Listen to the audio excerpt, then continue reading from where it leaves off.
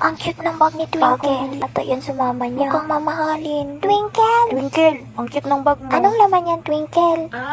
Itong bag ko. Ang ganda ng bag niya. Anong laman? Oo, Twinkle. Gusto namin makita anong laman ng bag mo. Pera yung laman ng bag ko. Pera. Uy, sana all. Ang dami mo naman pera, Twinkle. Nilagay kasi ni mama dito yung pera kasi nagkalat lang sa bahay yung pera. Sana all na lang talaga. Sa amin, madami ding kalat pero hindi pera eh. Ang daming pera ni Twinkle. Talaga pag rich kid. Okay, children, please stand up. Twinkle! Twinkle! Ano na naman yung ginagawa ni Twinkle? Tumayo na. Sorry po, ma'am.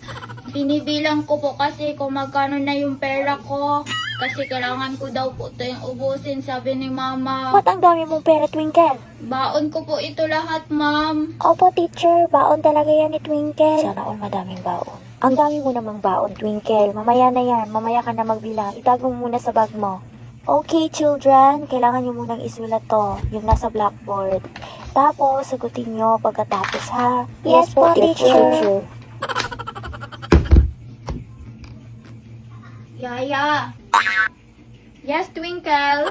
Ikaw na magsulat nito. Ikaw na magsagot. Teacher, si Twinkle, pinapasulat sa yaya. Sana all may yaya. Sana all may tagasulat. Hindi pwede yung ganun. Twinkle!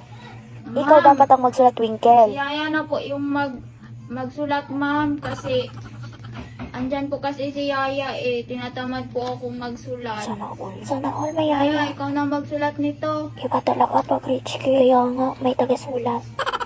Yung yaya na lang kayang mag-aral. Ganun daw yung rich kid, tamad magsulat. Twinkle, hindi dapat yung yayang pinapasulat. Ma'am, okay lang po, ma'am. Ako na lang po magsulat. Tinatamad kasi si Twinkle magsulat Ako na lang po magsulat, ma'am. Madali lang po yan sa akin.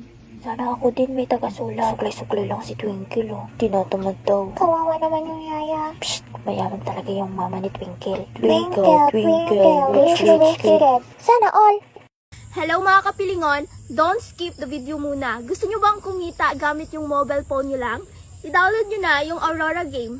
Pwede na po kayong kumita sa Aurora Game. Gamit lang yung mobile cellphone nyo. Tuturuan ko kayo kung paano, kaya keep on watching. Just click and download the link in my comment section. Kapag naka-download na, kailangan mo munang mag-register. I-input mo yung mobile number mo na nagsisimula sa 9. Mag-create at i-type mo din yung password mo. I-click nyo yung send para ma-receive nyo yung verification code. Pag na-receive na, i-type na kaagad. Yung referral ID na sa comment section, check nyo na lang. Katapos mo nang ma-input lahat, i-click mo lang yung confirm.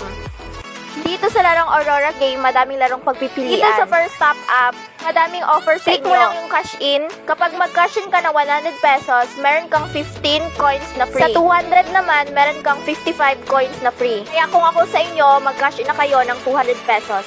Para mabayan yung GCash number nyo, i-click mo lang yung ID profile mo, i-input mo lang yung personal information, pati na din yung GCash number nyo. Kapag kumikita ka na dito at need mo nang i-withdraw, click mo lang yung withdrawal. I-input mo yung magkano yung i-withdraw mo. Through GCash din yung withdrawal dito. Then pagkatapos, click mo lang yung withdrawal.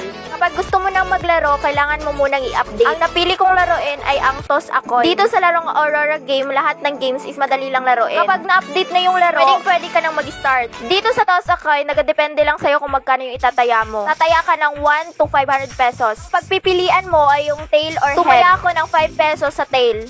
Okay, ito-toast na yung coin. Dito natin malalaman kung tail or head ba. Okay, tail! Panalo tayo! Meron lang ka-easy, kaya download the link in my comment section. Nasa comment section yung link.